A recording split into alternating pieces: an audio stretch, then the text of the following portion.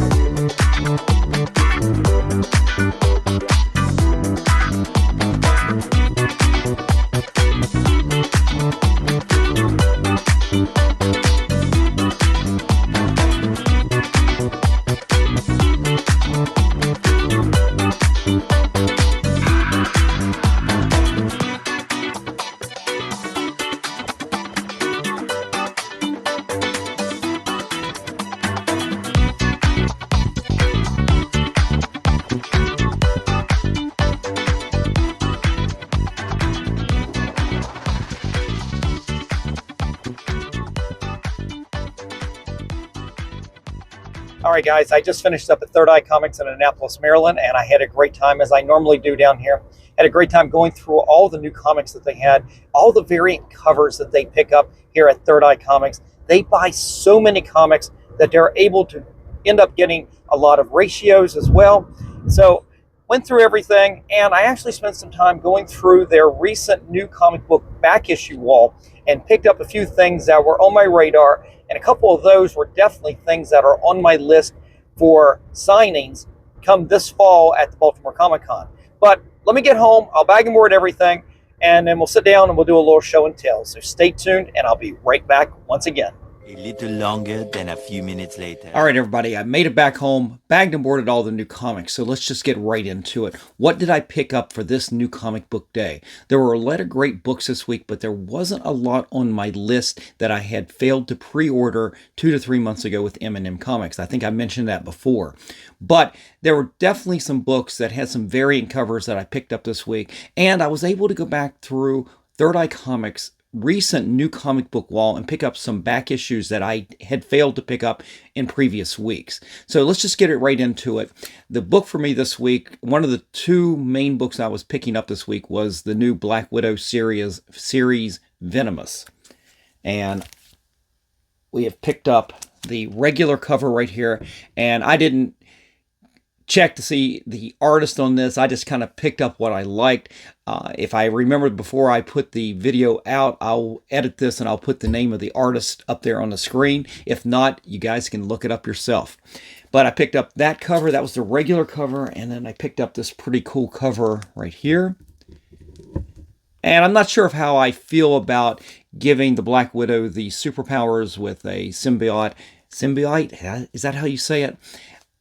I think it's interesting, but I always like the fact that the Black Widow is probably as good as Captain America, one of the greatest athletes, most trained, skilled people in the Marvel Universe without having superpowers.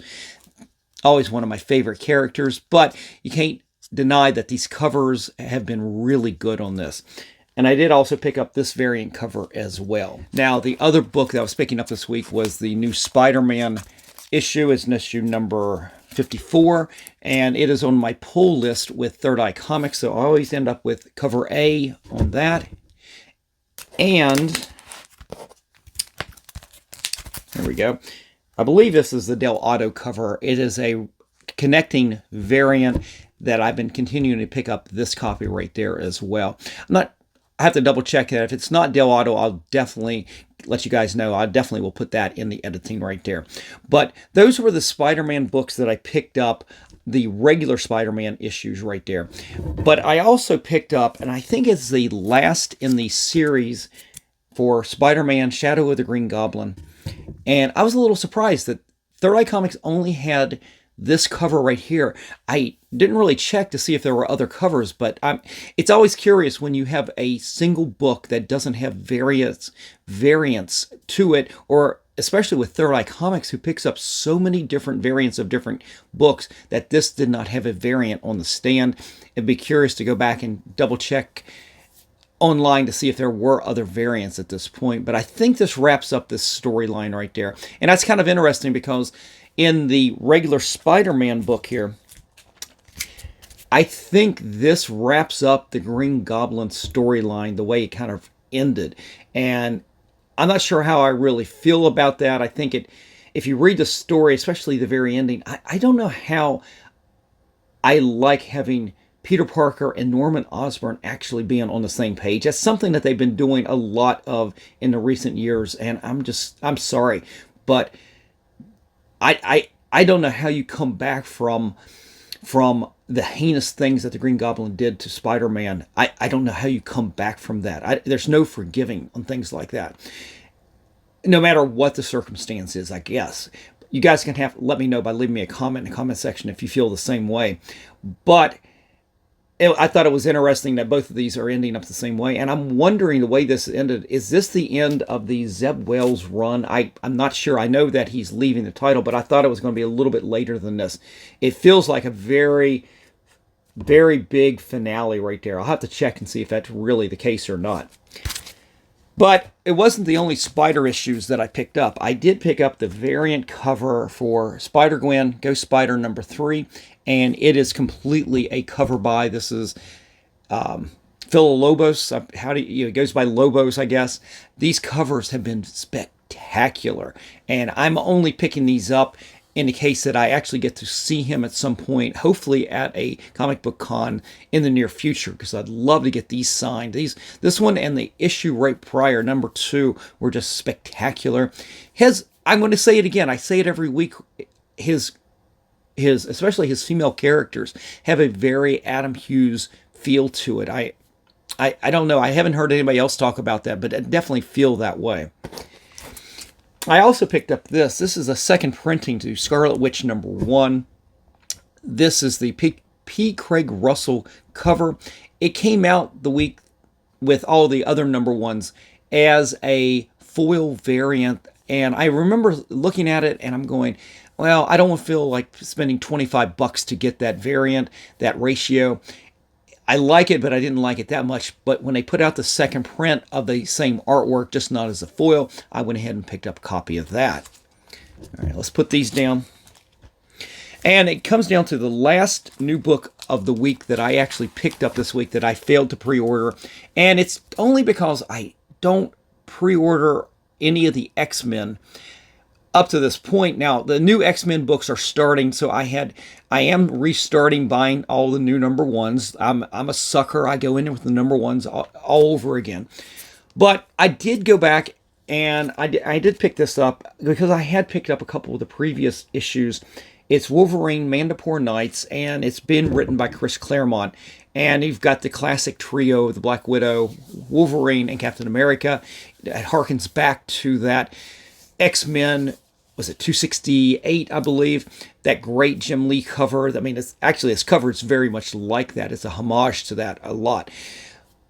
And I'm sitting there going, okay, this is the last new comic book of this week that I picked up. But I kind of was thinking, this is issue number 5. Did I pick up, which ones were I missing from the original, the first 5 issues, the first 4 issues that were still on the back issue stands? So I ended up picking up issue number 1. I want to say, this might have been a variant cover. I'm not sure, to be honest with you. I did pick this up. It's issue number 2. And I had to pick this up, and I might have had this, but I'm not sure. It's issue number 2 again, but it is the Greg and Tim Hildebrandt Wolverine cover. And this is completely one of those where I'll save it for a signing at some point. I know Greg Hildebrandt was supposed to be at the Baltimore Comic-Con, but he's already an early cancellation. So maybe he'll be back at a con, or him and Tim will be at a CGC signing at some point in the near future. But this is definitely one of those that I would probably consider sending in for a CGC signing. Now, while I was doing the back issue stands, one of the things that I am looking forward to, I just mentioned, I'm getting ready to go to the Baltimore Comic-Con here in, I guess it's late October this year. Jose Luis Garcia Lopez is going to be there, and I've mentioned him before, and he's been spotlighted in a lot of DC comics, some of the main titles, by doing these alternate covers. They are character profiles, design covers, what do you call it, a character profile. And he's been doing the classic characters: Batman, Superman, Shazam, Green Lantern, Green Arrow, Wonder Woman. I think that's it. And I've been picking these up, and I have been trying. I realized we're getting close to the Baltimore Comic-Con. I need to get those books pulled together so I can take them to hopefully get them all signed. And I put them together, and even though I know I have it, I can't find it anywhere. I couldn't find the Batman issue, and I couldn't find the Shazam issue.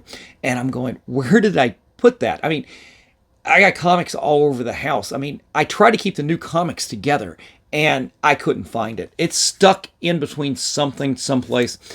But while I was at Third Eye, I went to the recent new issue back wall, and they did have another copy, one more copy of the Shazam. Cannot speak this morning. My voice is giving out again here. And if you guys aren't familiar with it, all these covers, the issues that I just mentioned, they're all just like this. They're character designs, and this is pretty cool. It's pretty cool. Take a look at the third one right there. It's kind of cool to see through Cap's cape so you could see how to draw the back as well. Anyway, I'm saving these up, and we're going to take them to Baltimore Comic-Con to get signed. I still can't find the Batman one, and I did recently just purchase a couple of those on eBay just to get them in. Honestly, it was going to be easier to buy a couple of new copies, and I buy a couple because I want to make sure it's the best copies too. And it will be easier than going through all of these books that are sitting here at the house again, trying to find it. I've already torn up the house once. I know they're here. I just cannot find them. So like I said, for the Batman issue, I went ahead and bought another copy. But Third Eye didn't have it, so I couldn't just pick it up from the store. And then the last one that I picked up was this right here. I'm not into this, but I love having key comics to take to creator signings, whether it's a con or a private signing at Third Eye Comics. Well, I went back and I picked up, I think this is a 4th print of Transformers #1 from Image Comics, from Skybound. And Daniel Warren Johnson is going to be at Third Eye Comics in September. Now, when this video comes out, I'm not sure. I've been trying to put these videos out a little bit sooner. Hopefully, this video will come out before that signing. But I bought this to add to the little stack of comics I have to take to that signing. Now, this is a 4th print. I'm going to try in the meantime to look up his Beta Ray Bill issues, that little mini series that he did. I'm going to see if I can find those to get for the signing as well. And I may go buy a Raw #1. I'll try to find a good near mint copy of that to get as signed as well. I don't have a lot for him, but those are some of the things I would want. But I did want to go ahead and pick this up. Even though it's a 4th print, I think it's still pretty cool to get signed. And hopefully we'll do a video on that when that day happens. You know I will. I'll do some footage from that signing as well. But guys, that is it. That's all the new comics that I picked up at this new comic book day at Third Eye Comics. I hope you enjoyed the video. I hope you enjoyed some of the footage from the shop. If you guys ever get a chance to visit Third Eye Comics, the main hub is in Annapolis, Maryland. That's the one I go to, but they have other locations around the Virginia, Baltimore area. I've been to a couple of them, but I haven't been to all of them. And I think they have one out in California too. I'm not sure, but you can check their website out and find out where all their locations are. But the main hub, the one I advise everybody to go to, is definitely the one in Annapolis, Maryland. It is fantastic. I do have a video where I spotlighted Third Eye Comics that I put out a few episodes ago, and I will try to put a link up here so you guys can see it at the end of the video. You can go right to it. But guys, that's it for today. Thank you for joining me. If you like this kind of content, definitely hit that like button, slap the subscribe, and click on that notification bell so you guys don't miss out on any of the episodes that I put out Mondays and Fridays at 3 p.m. But Wednesdays for New Comic Book Day, I've been trying to put these videos out on Wednesdays so you guys can get a kind of a flavor for New Comic Book Day. I don't put those videos out on the same day that those comics come out, but I try to keep it fairly recent. So I hope you're enjoying those as well. But guys, I'm out of here. Have a great day, and remember, every comic has a story.